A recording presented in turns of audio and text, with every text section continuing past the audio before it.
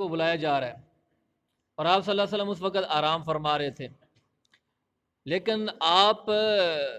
اخلاق کا ایک پیکر تھے، آپ نے ان کو نہیں جتایا۔ قرآن مجید کی آیت نازل ہو گئی کہ میرے حبیب ینادونکا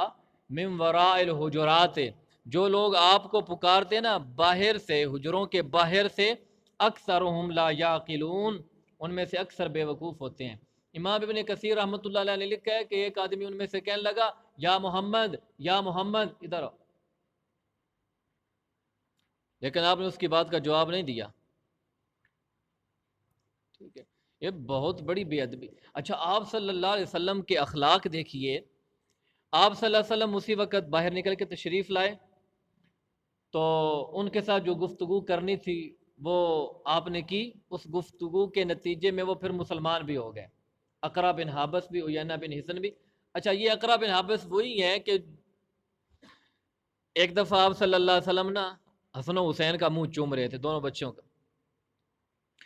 تو اقرا بن حابس کہنے لگے یا رسول اللہ میرے 10 بچے ہیں، میں نے کبھی کسی کا منہ نہیں چوما، تسی کی کیتی جاندے ہو، تسی بچوں دے منہ چوم دے ہو۔ عجیب محسوس ہوا ان کو، عجیب لگا، یا رسول اللہ میرے 10 بچے، میں نے کبھی کسی کا منہ نہیں چوما۔ تو آپ نے فرمایا اگر اللہ نے تمہارے دل سے رحم نکال لیا ہے تو میں کیا کر سکتا ہوں، میں تو رحم اندر داخل نہیں کر سکتا نا۔ یہ تو رحم کی علامت ہے نا کہ بچہ کسی کا بھی ہو، چھوٹے بچے سے پیار آتا ہے نا، اس کے اوپر رحم آتا ہے نا، محبت آتی ہے۔ تو آپ نے فرمایا کہ اگر اللہ تعالیٰ نے تمہارے اندر سے رحم ختم کر دیا، رحم نکال دیا، تو میں داخل تو نہیں کر سکتا۔ تو یہ تو رحم اور شفقت اور پیار کی علامت ہے، بچوں کے ساتھ محبت کی جاتی ہے، منہ چوما جاتا ہے، پیار کیا جاتا ہے۔ تو یہی اقرا بن حابس اسی موقع پر آئے اور انہوں نے آواز لگائی یا محمد اخرج علینا، محمد باہر نکلو،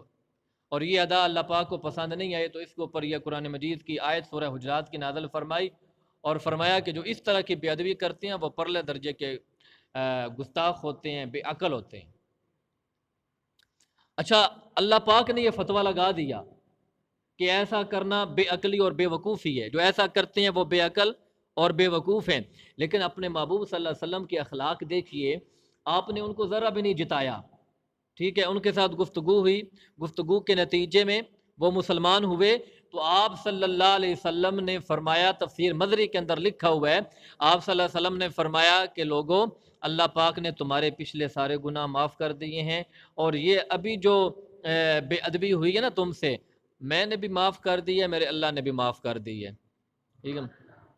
اور صرف اتنا نہیں، اس کے بعد مفسرین نے لکھا ہے کہ آپ صلی اللہ علیہ وسلم نے ان کو نا کچھ پیسے بھی دیے، کچھ کپڑے بھی تحفے کے طور پر دیے۔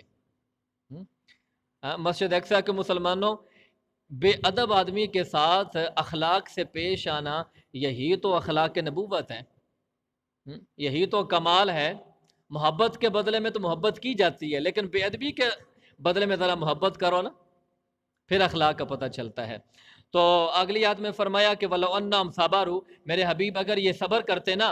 آپ کا انتظار کرتے، حتیٰ تخرج الیہم، یہاں تک کہ آپ خود ان کی طرف تشریف لے کے آتے، یہ انتظار کرتے حتیٰ کہ آپ خود نکل کے ان کے پاس تشریف لاتے، لَكَانَ خَيْرًا لَهُمْ، تو یہ ان کے حق میں بہتر ہوتا،